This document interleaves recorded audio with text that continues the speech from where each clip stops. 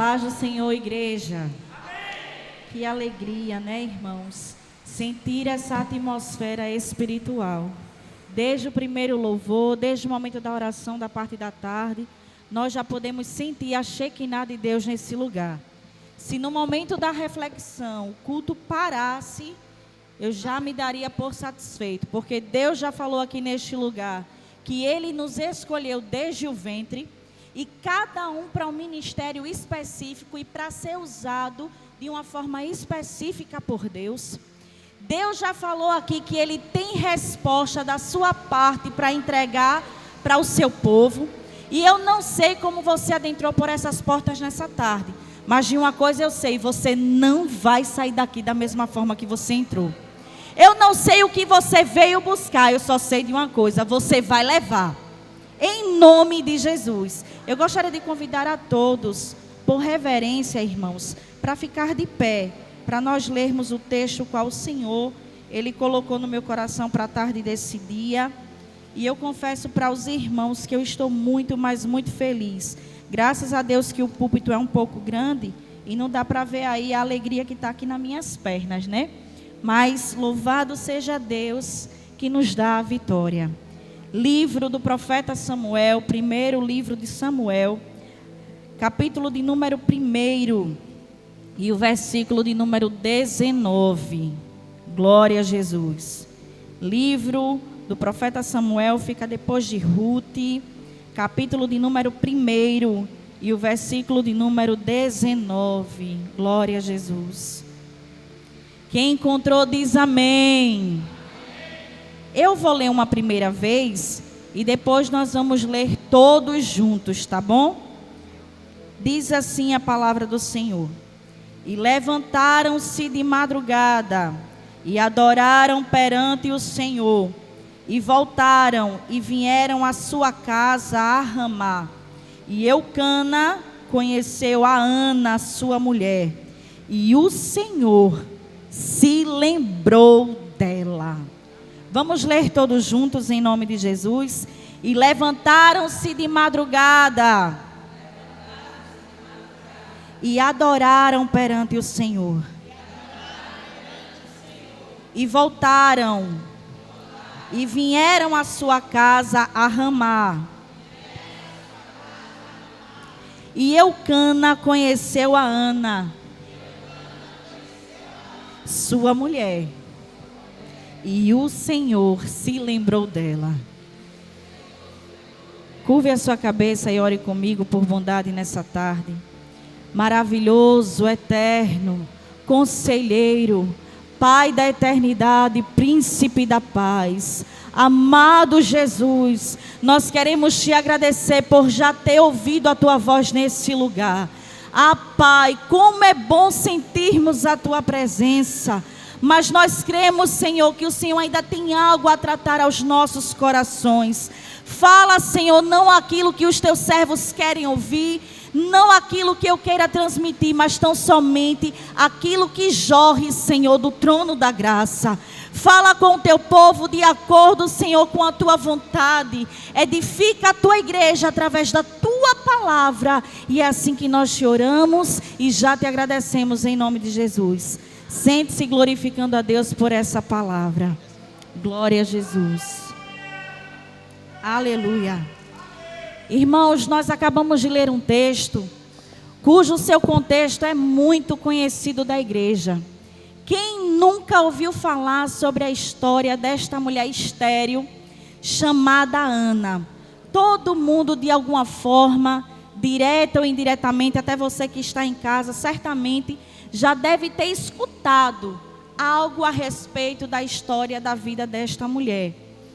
E a Bíblia ela nos diz no capítulo 1, a partir do versículo 1, que Eucana, ele morava perto da região de Efraim. E ele tinha duas mulheres, a esposa amada da sua juventude, chamada Ana, e também Penina. E a Bíblia ela nos diz que Penina ela tinha filhos. Abre parênteses, ela tinha filhos e filhas. Porém, Ana não tinha filhos. E nós sabemos que, de acordo com a cultura daquela época, era comum o homem varão, quando a sua esposa ela não podia gerar, ele tomava para si uma das suas servas para poder gerar, para poder dar prosseguimento à sua descendência. E assim foi que surgiu Penina na vida de Eucana. E nós conhecemos essa história como ninguém, porque nós sabemos que quando as mulheres daquela época, elas não podiam gerar, dentro do seu ser, dentro do seu coração, nascia uma enorme frustração. Porque toda mulher que se preza, quando ela se predispõe a fazer um voto diante de Deus com um companheiro, é óbvio que ela deseja constituir uma família. E uma família, ela não é só constituída pelo homem e pela mulher. A família, ela é constituída também pelos filhos. E isso é mandamento de Deus. Crescer e multiplicar, não é assim? E Ana, ela carregava essa frustração. E a Bíblia, ela nos diz que Penina, sabendo da frustração que Ana carregava em seu ser, costumeiramente a irritava. E nós sabemos, irmãos, que Eucana, ele tinha um chamado sacerdotal. E o chamado sacerdotal de Eucana, segundo o costume, segundo a festa daquela época, uma vez por ano, Eucana, ele subia até Siló, até onde estava a tenda do Senhor, para prestar adoração, para prestar sacrifícios diante do Senhor. Uma vez por ano ele fazia isso, e não só ele, mas toda a sua família ia junto com ele. E a Bíblia, ela declara que todo ano, quando eles estavam a caminho de Siló, para prestar sacrifício, para prestar adoração, Penina irritava Ana, zombava de Ana por conta da sua frustração, por conta dela não poder gerar. O que Penina ela não sabia foi que o próprio Deus foi quem encerrou a madre de Ana. Foi o próprio Deus que fechou a madre de Ana naquele momento, porque o projeto que Deus tinha para a vida daquela mulher era tão grande que nem mesmo ela podia imaginar o que Deus tinha em sua vida. E aqui, sob a direção de Deus, eu quero ministrar sobre um tema, subordinado ao tema que o Espírito Santo ele colocou no meu coração. Repita assim comigo: os 5 segredos da vitória de Ana. Olhe para a pessoa mais bonita que está do seu lado, essa noiva de Cristo. Se você puder olhar bem dentro da batata do olho dela, repita comigo por bondade: os 5 segredos da vitória de Ana. Oh, aleluia!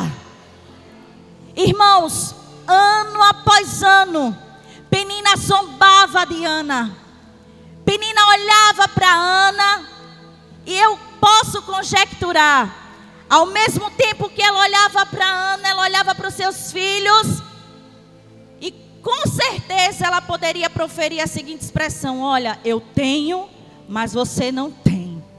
Porque muitas pessoas acham que ter é sinônimo de ser, mas a lógica de Deus é diferente. É ser para poder ter.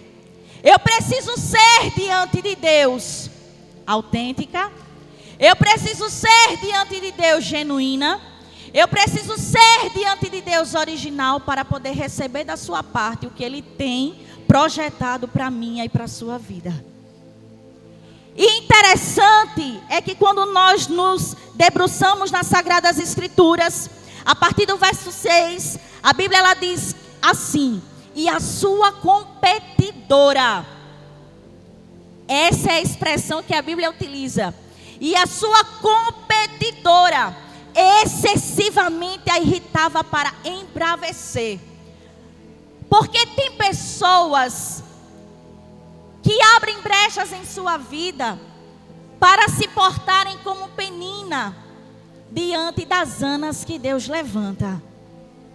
Porque Deus a todos Ele chamou, a todos Ele tem um propósito específico, porém existem pessoas que não se satisfazem com aquilo que Deus permite, com aquilo que Deus dá, E muitas vezes tenta ofuscar ou mesmo roubar a ferramenta do outro. Mas isso não funciona diante de Deus.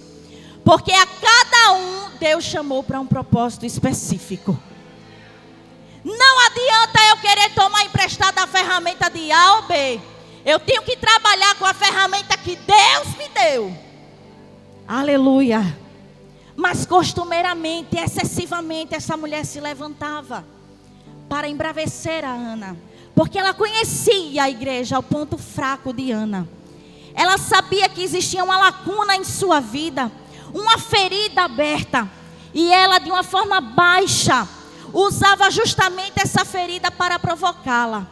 Mas o que eu acho lindo, e aqui vai o primeiro segredo da vitória de Ana, é que a partir do versículo 9, a Bíblia diz que a Ana se levantou. Ana se levantou e Ana orou. Em nenhum momento das Sagradas Escrituras, por mais que Penina se levantasse para irritá-la, por mais que dentro dela possivelmente surgisse um sentimento de se embravecer, em nenhum momento Ana responde a Penina como ela merecia. Porque Ana entende que a verdadeira resposta, ela não se é dada de boca. Ela não se é dada à igreja do Senhor na mesma altura que às vezes o ofensor ele vem contra a nossa vida. A melhor resposta que eu e você podemos dar como servos do Senhor é fazer silêncio, porque o nosso Senhor, Ele é o nosso juiz. Ana, ela entendia isso. Em um determinado momento da caminhada, o seu esposo olha para ela, vê ela desfalecida e diz: Ana, não te sou eu melhor do que 10 filhos? E nem ao seu esposo ela responde. A Bíblia diz que ela fica em silêncio, ela respeita, ela escuta. Porém só Deus conhecia o que se passava em seu íntimo. Somente Deus sabia o que Ana desejava. Somente Deus sondava os seus pensamentos. Mas a Bíblia diz que no versículo 9 ela se levanta e ela ora. Primeiro segredo dos 5 de vitória de Ana: se levantar e orar. E de encontro ela sabia que não iria funcionar. Debater, afrontar a Penina, a altura que ela vinha sobre a sua vida não iria dar certo. Então Ana, ela toma uma atitude que eu e você na casa do Senhor precisamos fazer. No meio do problema, no meio da calamidade, no meio da perseguição, no meio do falatório, no meio do disse-me-disse, no meio da inveja, é fazer silêncio. Porém, diante de Deus, se levantar, se posicionar, dobrar os seus joelhos e clamar àquele que é, que pode, que faz. Aleluia! E a Bíblia diz que Ana se levanta e ela ora.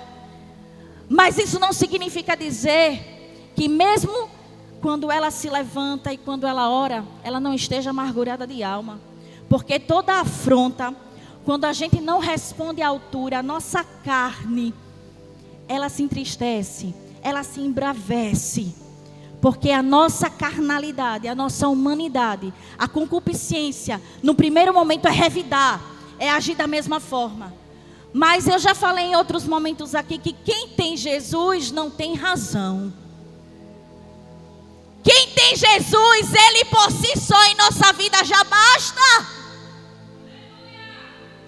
Ana se levanta e ora. Ela não fica parada. Ela não fica cabisbaixa. Porém, a amargura em um determinado momento toma conta do seu coração. E ela começa a não querer se alimentar. Ela começa a se entristecer. De tal ponto que as pessoas que passavam por ela começavam a ver a sua tristeza e a sua frustração. Porque, irmãos, a nossa alma é o espelho do nosso rosto. Existem momentos que por mais mais que eu e você estejamos com um sorriso no rosto, se a alma estiver abatida, o nosso rosto acaba num determinado momento refletindo o que nós estamos sentindo. Por mais que nós tentamos esconder, por mais que nós tentamos não mostrar para ninguém o que nós estamos passando, chega um determinado ponto, como havia na história de Ana, que ela começa a transparecer. Mas ainda assim, ela se posiciona, ela se levanta. E o segundo segredo, que lendo a Bíblia a gente vai ver, está enraizado aqui no versículo 12. Ana persevera em oração. Ela se levanta, ela ora, mas o segundo segredo de sua vitória é porque ela persevera. Existem momentos na nossa vida que, quando a tribulação é tão grande, quando o problema é tão grande, a gente apresenta assim diante de Deus, mas a gente costuma não perseverar. E perseverança, irmão, é sinônimo de constância. Perseverança é sinônimo de continuidade. É sinônimo de não parar. Por mais que os problemas estejam maiores do que o nosso ser, por mais que os problemas superabundem a nossa feição, mas nós precisamos, como servos e servas de Deus, perseverar, porque só vence quem persevera. Ana, ela persevera em oração, e ela toma uma atitude. Ela persevera em oração, e eu posso conjecturar que, se ela persevera, ela tem uma constância em oração por essa causa. Ela não publica para ninguém, ela não publiciza a ninguém o que está acontecendo na sua casa, na sua família, mas para o Deus de Israel ela conta o que ela está passando. Porque é para Ele, irmãos, e só para Ele, que nós temos que falar, que nós temos que contar, porque é só Ele que pode resolver. Muitas vezes a gente se predispõe a contar para o nosso próximo. A gente se predispõe a contar para alguém, a gente vê alguém assim na igreja, e com os nossos olhos carnais a gente, meu Deus, eu estou tão desesperada. Eu vou falar com o irmão fulano, eu vou falar com a irmã Beltrana. E muitas vezes você não fala com aquele que pode resolver o problema, com aquele que pode agir aonde você precisa. Porque eu, irmã Jéssica, posso até tentar te ajudar, e a única forma que eu posso fazer para tentar te ajudar é te ajudar em oração. Mas o Deus que você serve, Ele é aquele que age aonde você menos espera. Ele vai no cerne do problema, Ele vai no ponto. E Ana sabia disso. É por isso que ela persevera, é por isso que ela ora, é por isso que, de uma forma constante, com o seu coração contrito, como o salmista diz, um coração contrito, o Senhor, Ele não despreza. E, irmãos, eu nunca vi Deus rejeitar oração de crente que se derrama diante dEle com o coração quebrantado, com o coração contrito. Eu imagino Deus assentado em seu trono, ouvindo esse crente de coração contrito, de coração quebrantado em sua presença, e falando assim: está bom de te ouvir, está subindo como cheiro suave nas minhas narinas, porque Deus tem prazer em ouvir a minha e a tua petição. A oração, ela é o único veículo, igreja do Senhor, que nos liga até o trono da graça. A oração é o único veículo que faz a gente gerar intimidade com o Eterno.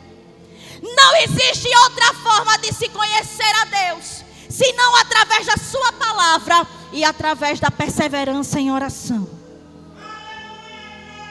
Terceiro segredo da vitória de Ana. Ela foi para o templo. Ana congregava. Eita Jesus. Ana congregava, irmãos. Ana era crente. Porque é uma filosofia lá fora que diz assim, que se eu sou igreja em qualquer lugar, de jeito nenhum. A Bíblia Sagrada em nenhum momento ela fala sobre isso. Nós somos igreja no coletivo, mas no individual nós somos templo. E não se pode ter comunhão com o cabeça se eu não tenho comunhão com o corpo. Então Ana, ela vai até o lugar certo, mesmo com o coração angustiado, dilacerado, moído pelas afrontas de Penina. Ela vai, se levanta, ela ora, ela persevera em oração e ela vai até o templo. Quando ela chega no templo, irmãos, ela se derrama. Ela se derrama diante de Deus. E detalhe, a Bíblia ela nos diz, a partir do versículo 11, que Ana, ela faz um voto a Deus. Ana, ela promete algo ao Senhor. E o texto diz assim: e voltou um voto dizendo: Senhor dos exércitos, se benignamente atenderes para a aflição da tua serva, e de mim te lembrares, e da tua serva te não esqueceres, mas a tua serva deres um filho varão. Olha a especificidade de Ana na oração. Deus, Ele gosta quando nós somos específicos no momento em que nós estamos pedindo a Ele algo. Porque Ele é abundantemente poderoso para realizar muito mais do que aquilo que nós pedimos ou pensamos. O nosso Deus é Deus de coisa grande. E se você é um crente raquítico e pede coisa pequena, obviamente que você vai receber aquilo que você pede de acordo com a sua fé. O autor aos Hebreus, no capítulo 11, no versículo 6, ele diz que sem fé é impossível agradar a Deus. Ou seja, ele está dizendo que eu só agrado a Deus quando eu exerço a minha fé. E eu não posso agradar a Deus exercendo a minha fé da boca para fora. Eu preciso agradar a Deus de acordo com aquilo que eu digo, que eu vivo, que eu prego, que eu canto, que eu transpareço na casa do Senhor para os irmãos que estão à minha volta. Isso é agradar a Deus. Isso é adorar a Deus. Ana, ela fala essas palavras, mas ela não diz. Ela não ressalta com seus lábios esta oração. Ela ora em segredo. E aqui está, irmãos, o quarto segredo da vitória de Ana. A oração em segredo. Uma determinada irmã, ela foi questionada por alguém que via muito ela orar certa vez. E aquela pessoa acabou se incomodando com o comportamento daquela irmã, porque via ela com uma constância, uma perseverança tão grande em oração, que ela parou assim e disse: eu preciso perguntar a essa irmã porque ela ora tanto. Se ela ora tanto, consequentemente ela escuta muito a voz de Deus. E essa pessoa foi até a irmãzinha e perguntou: ô irmã, por que é que a senhora ora tanto? Deus fala na mesma proporção que a senhora ora? Aquela irmãzinha, de uma forma sábia, olhou para aquela pessoa e disse: olha, eu oro não necessariamente para ouvir Deus falar comigo. Eu oro para gerar intimidade com Ele, ter um relacionamento com Ele. E aquela pessoa ainda ficou inquieta e continuou perguntando a ela assim: mas a senhora escuta a voz de Deus? Ela disse: num dado momento, sim.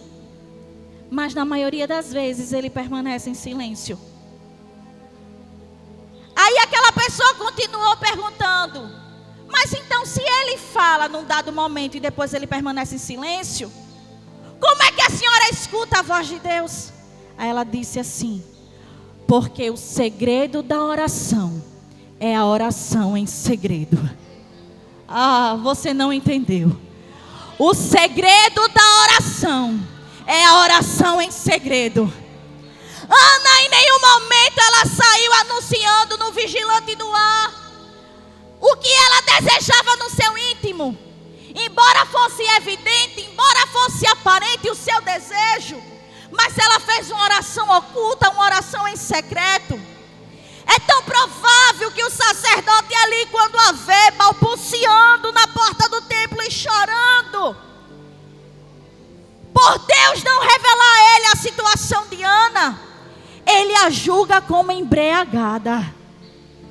Porque quando nós, irmãos, nos quebrantamos mesmo diante de Deus, que a gente chora para se acabar, quando o Espírito Santo de Deus vem do nosso lado e nos aquebranta todinho em sua presença, quem está do lado e não tem discernimento do Espírito Santo, acaba julgando o que vê a olho nu. Por quê? Porque não tem espiritualidade. Meu Deus, Arabassuri Andecai. Porque ele não serve como é para servir. Porque ele pode servir a Deus de qualquer uma forma, mas não é do seu jeito. Porque quem é adorador serve a Deus em espírito e em verdade. Quem é adorador não se preocupa com aquele que está do seu lado. Quem é adorador não se preocupa com aquilo que vão pensar ao seu respeito. Ele adora, ele chora, ele se aquebranta.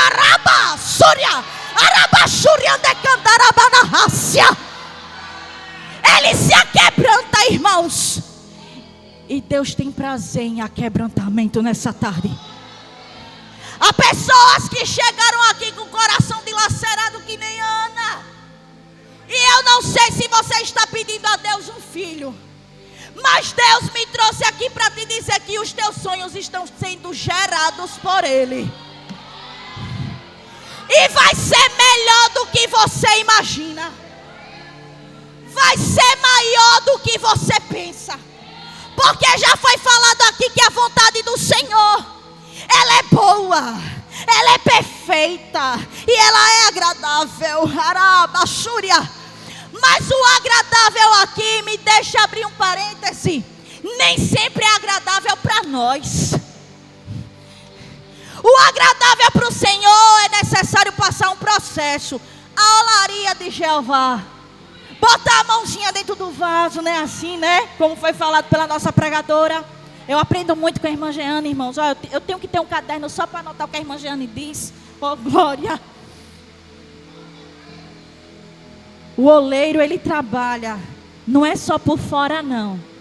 Primeiro ele começa por dentro. E não existe vaso cheio, rachado. É por isso que o Senhor, Ele precisa tirar as agruras, nos moldar. E se você ainda não recebeu aquilo que você espera receber da parte do Senhor, só tem dois motivos. O primeiro é porque não chegou o tempo de Deus para a sua vida. E o segundo é porque Deus não está permitindo chegar, porque Ele tem algo maior e melhor para te entregar. Meu Deus. Aí Ana vai lá na porta do templo, chora, se aquebranta. O sacerdote, ele não sabe da sua história. E quando ele a vê, ele diz: mulher, estás embriagada. O que é que tu estás fazendo aqui, mulher, chorando desse jeito? Aí olhe, irmãos, olhe como é a atitude de uma serva de Deus. Foi o segundo momento de afronta de Ana. Ana foi afrontada pelo próprio esposo, porque ele falou assim: não te sou eu melhor do que 10 filhos?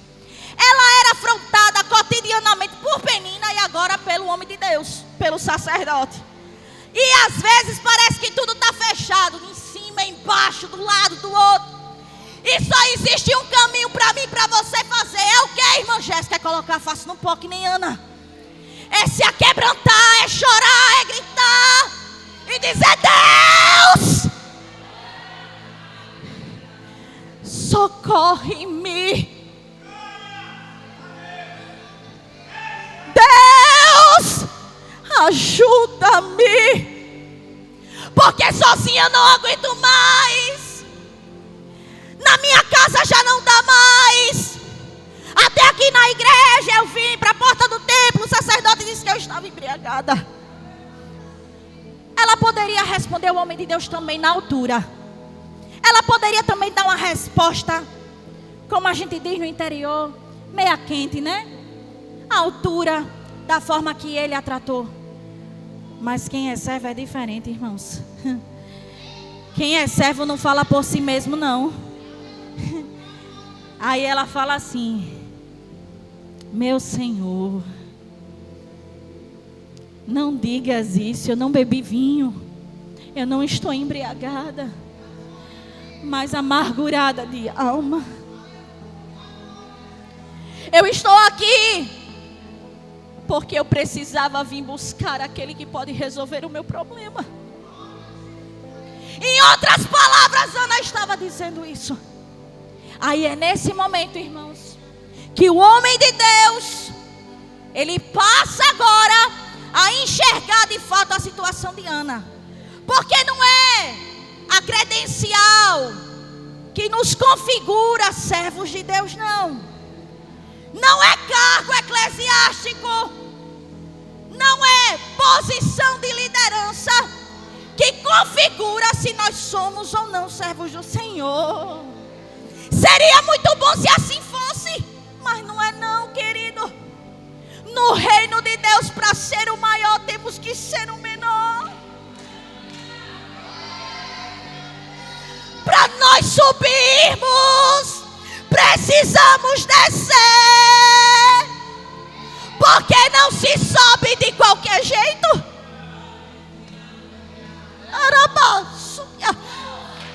Meu Deus, me ajude.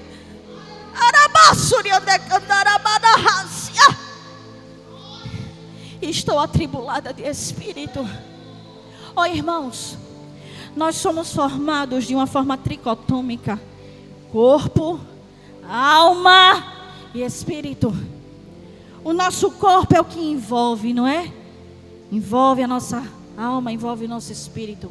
A nossa alma, ela é o centro das emoções. E como eu falei aqui anteriormente, quando nós estamos felizes, quando nós estamos tristes, quem revela como nós estamos é a nossa alma.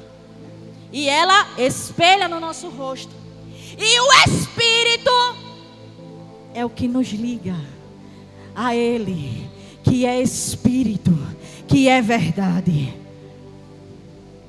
Mas ela profere aqui: estou amargurada de espírito. Aí o sacerdote olha para ela. Eu acredito que olha até de uma forma envergonhada pelo que tinha falado. É nesse momento que ele tem discernimento. Olha aí a importância de nós exercermos o que Paulo ele nos instrui, né? Buscarmos em Deus o discernimento. Isso é um dom que eu e você precisamos em Deus ter, para saber o que é e o que não é do Senhor. Para saber diferenciar aqueles que servem dos que não servem. De quem é profeta, de quem é profetiza. É o discernimento. Mas nesse momento ele consegue enxergar. E aí ele diz: vá em paz.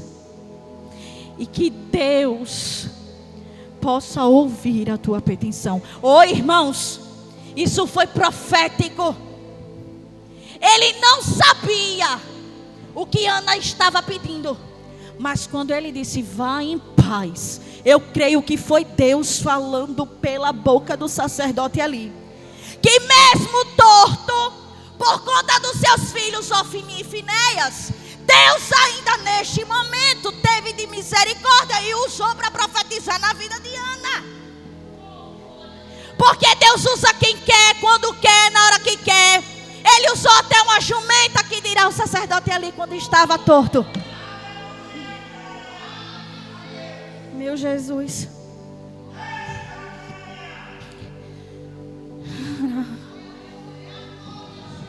Vá em paz. E que o Deus de Israel ouça a tua petição. Aí acontece, irmãos. Acontece o que nós lemos no versículo 19. E levantaram-se de madrugada. Eita, irmãos, olha, de madrugada, pode crer em Deus. Já cantava o saudoso irmão Obadias, não era? Abdias Guilherme. De madrugada, a fila é menor. Olha, é verdade. Pode crer que é verdade. Aí o texto diz assim: e levantaram-se de madrugada e adoraram perante o Senhor. Ô irmãos, a importância da gente se levantar em meio à calamidade é tremenda.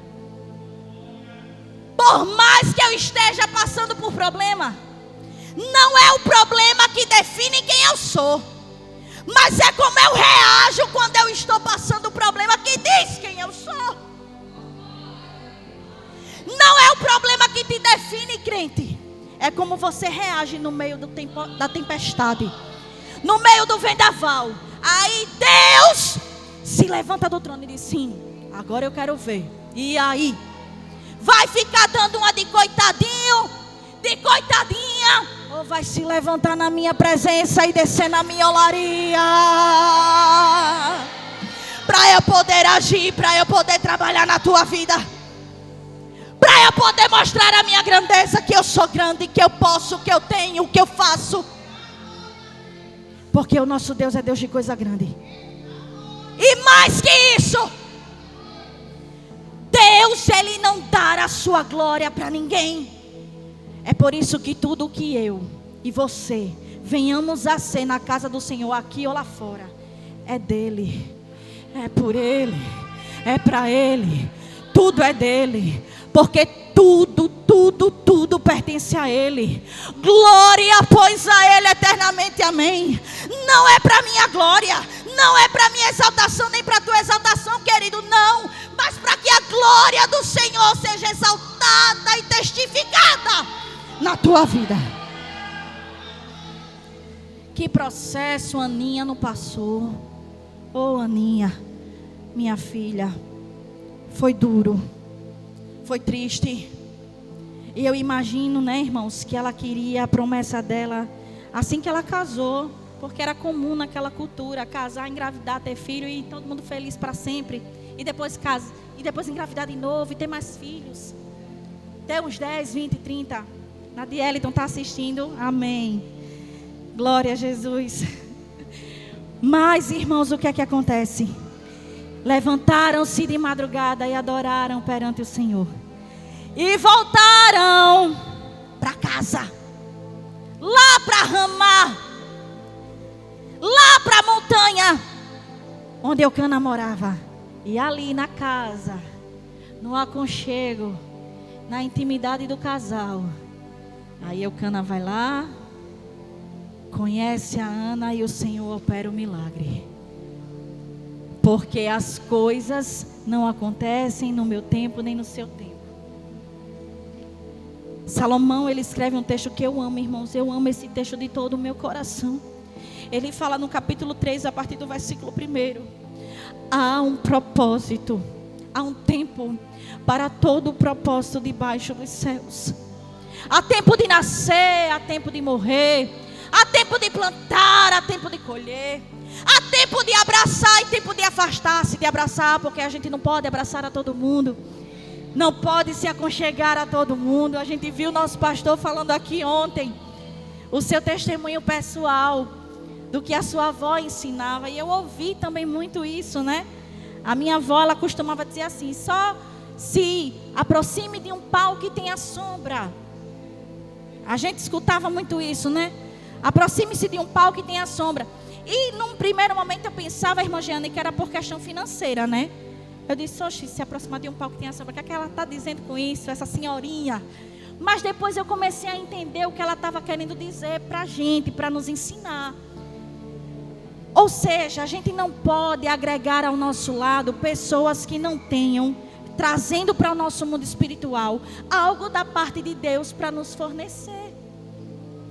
Eu não posso me aproximar de uma fonte que não jorra água, ou que jorra 2 tipos de água, ou se é água doce, ou se é água salgada, ou é quente, ou é frio. Morno na casa de Deus não existe. Eu preciso estar próximo de pessoas que tenham para agregar na minha vida espiritual. Porque às vezes a gente já está tão fraco, por conta dos problemas da vida, que se você chegar perto de um crente Guiné, das duas uma, ou você se desvia, ou vai ficar que nem ele, Guiné, estou fraco, vou morrer, acabou, fim, né? Eu preciso me fortalecer em Deus, e preciso me aproximar de pessoas que tenham raízes em Deus, que tenha coisas espirituais que eu possa aprender, que eu possa mergulhar nas profundezas de Deus e dizer verdadeiramente, como a mulher sunamita testificou do profeta Eliseu, ali vai um homem e uma mulher de Deus. Mas o texto diz, e levantaram-se de madrugada e adoraram. Irmãos, se levantaram de madrugada e adoraram. Segredo absoluto para o milagre de Deus acontecer. E foi festa, foi alegria. E eu quero fechar aqui no quinto segredo da vitória de Ana. Fique de pé por bondade. Abra a sua Bíblia no livro de 1 Samuel, no capítulo 2. Nós vamos ler do versículo 1 até o versículo 10. O quinto segredo da vitória de Ana foi que ela cantou. Ela adorou a Deus em forma de oração. Vamos refrescar a memória. O primeiro segredo de Ana foi o quê? Ela se levantou e orou. O segundo segredo de Ana foi o quê? Que ela foi perseverante em oração. O terceiro segredo de Ana foi o quê? Que ela orou em secreto. O quarto segredo de Ana foi o quê? Ela se manteve firme. E o quinto segredo, ela cantou. Depois do que Deus fez em sua vida, ela fez um voto ao Senhor, como nós lemos no verso 11. Ela prometeu que daria ao seu filho varão, se Deus desse um varão a serviço do Deus Altíssimo, que no seu cabelo não passaria navalha. Olha aí o voto do nazireado, né? Aí depois, por fim, para fechar com chave de ouro, Aninha canta. Aí ela diz assim: então orou Ana e disse: escute, escute, escute. O meu coração exulta ao Senhor. O meu poder está exaltado no Senhor. A minha boca se dilatou sobre os meus inimigos, porquanto me alegro na tua salvação. Não há santo como o Senhor, porque não há outro fora de ti. Olha o reconhecimento da grandeza de Deus. E ela continua: e rocha nenhuma há como o nosso Deus. Não multipliqueis palavras de altíssimas altivez. Em nenhum momento Aninha agiu da mesma forma que agiram com ela. Ela se permaneceu firme, em silêncio, esperando a resposta no Deus de Israel. Nem saiam coisas árduas da vossa boca, porque o Senhor é o Deus da sabedoria. E porque eles são as obras pesadas na balança. É Deus quem pesa. Não é eu e nem você que julga ninguém. Porque o nosso julgamento, irmãos, ele é falho. Mas o do justo juiz, de forma alguma. Aí olha o que ele diz. O que ela fala? O arco dos fortes foi quebrado, e os que tropeçavam foram cingidos de força. Os fartos se alugavam de pão, e cessaram os famintos. Até a estéril, ela está falando dela. Olha o que Deus fez depois do Samuelzinho. Até a estéril teve 7 filhos. Araba, Súria, Decóvia, Narrácia. E Dourala, pra Súria, Decai. E aqui tinha muitos filhos, se enfraqueceu. Não adianta se levantar contra o povo de Deus. Não adianta se levantar com quem Deus tem negócio. Eu tenho muito temor de Deus, de às vezes, por nossa concupiscência, olhar com o nosso achismo e apontar A e B. Sabe por quê, igreja? Porque a gente corre o risco de julgar um trigo novo diante do Senhor. Às vezes a gente olha e diz: eita, é joio. É não, querido. É o trigo sendo peneirado, sendo processado, sendo moldado. Então nós precisamos ter cuidado para não tocarmos na menina dos olhos de Deus. E menina dos olhos de Deus não é só quem é do altar ou quem tem posição de destaque, não. Você também é menina dos olhos de Deus. E ai daqueles que tocarem em você. Em você ninguém toca, com você ninguém mexe, porque você foi escolhido desde o ventre. Não fomos nós que escolhemos o Senhor, mas foi Ele, pela sua misericórdia, quem nos escolheu. Não foi porque eu sou boazinha, porque eu sou paciente e sorridente, não. Foram as misericórdias que repousaram sobre a minha e a sua vida. E é por isso que você está aqui, recebendo injeção de ânimo, para você estufar o seu peito, levantar a sua cabeça e respirar fundo, e sair daqui com posse de vitória e dizendo: o Deus de Ana é o meu Deus. O Deus que escolheu esta mulher para um projeto extraordinário. Porque até então, Israel vivia o quê? O período dos juízes, não é assim?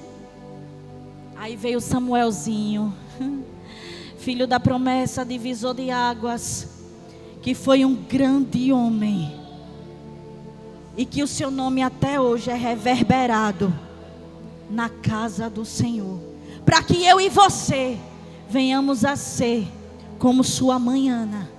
E também como ele. Um servo abnegado diante de Deus. Que não parou. Que não se amedrontou. Quando Deus falou para ele que ia levantar Davi e ia bater a Saul. Foi ele quem ungiu o maior rei de Israel, onde o nosso Senhor e Salvador Jesus Cristo é seu descendente. Raiz de Davi é o nosso Senhor. E se Deus falou com você nessa tarde, como eu creio que Ele falou, eu gostaria de convidar: oi, irmã, menina, como Deus te usa lindo.